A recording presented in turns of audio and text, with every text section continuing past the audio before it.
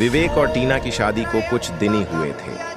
उन दोनों ने डिसाइड किया कि वे अपना हनीमून शिमला में बनाएंगे। विवेक को एक घर मिला जो काफ़ी बड़ा था और विवेक को काफ़ी कम पैसों में मिल रहा था, तो विवेक भय घर लेने को तैयार हो गया। फिर वह अगले दिन ही शिमला के लिए निकल लिए। वहां पहुंचकर वे दोनों उस घर में चले गए। उन दोनों ने अपना अपना सामान सेट किया और अपने कमरे में चले गए। अपने कमरे में जाने के बाद भाई दोनों रोमांस करने लगे। टीना विवेक के नीचे और विवेक उसके ऊपर था। भाई दोनों एक दूसरे में कोसे गए थे। उन दोनों को पता ही नहीं चला कि कब उन दोनों की आंख लग गई। आंधी रात को किसी की रोने की आवाज से खुली।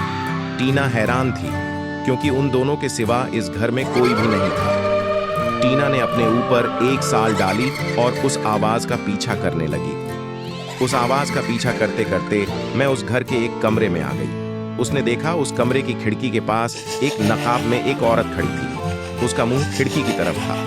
टीना ने डरते डरते उस औरत से पूछा, कौन हो तुम और यहाँ पे क्या कर रही हो? 0138। तब भी वही औरत कुछ नहीं बोली।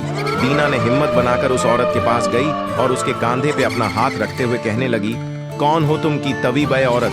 अपना खौफनाक चेहरा लेकर पीछे पलटी उसका ये चेहरा कर टीना और डर गई। उस औरत की लाल आंखें और चेहरा कटा हुआ था जिसमें से खून निकल रहा था। फिर वही औरत टीना को देखकर जोरों से चिल्लाने लगी। टीना बहुत डर गई। टीना के हाथ पैर काम करना बंद हो गए थे। टीना मानो एक जगह पे जमती थी। तो टीना ने हिम्मत बनाई और विवेक के कमरे की तरफ भागने लगी, लेकिन विवेक कमरे में नहीं था। टीना विवेक को ढूंढती ढूंढती उस घर की छत पर आ गई। टीना ने जो देखा मानो उसका दिल धड़कना बंद हो गया हो कि विवेक उस घर की छत के ऊपर खड़ा था। टीना ने विवेक को बहुत आवाजें लगाई। विवेक के ऊपर टीना की आवाजों का कुछ भी फर्क नहीं पड़ रहा था। मानो जैसे किसी ने विवेक को अपने वश में कर लिया हो कि अचानक विवेक छत से नीचे खोद गया। ये सब देखते ही मानो टीना की जान निकल गई हो। टीना दौड़ती हुई नीचे भागी, लेकिन बहुत देर हो चुकी थी। विवेक इस दुनिया में अब नहीं रहा था। टीना को विवेक के पास से एक लेटर मिला। उसमें लिखा था, कुछ साल पहले इस घर में एक आयशा नाम की औरत अपने पति के साथ रहा करती थी। ये पूरा घर आयशा के नाम था।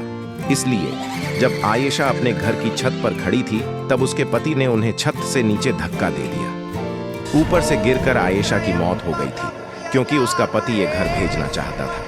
आयशा ये सब होने नहीं दे रही थी, तभी उसने अपनी पत्नी को ऊपर से धक्का देकर मार दिया था। इस हादसे के बाद टीना कुछ दिनों तक हॉस्पिटल में एडमिट रही। टीना को क्या पता था कि मेरी और विवेक की किस्मत इस घर से ऐसे जुड़ी थी।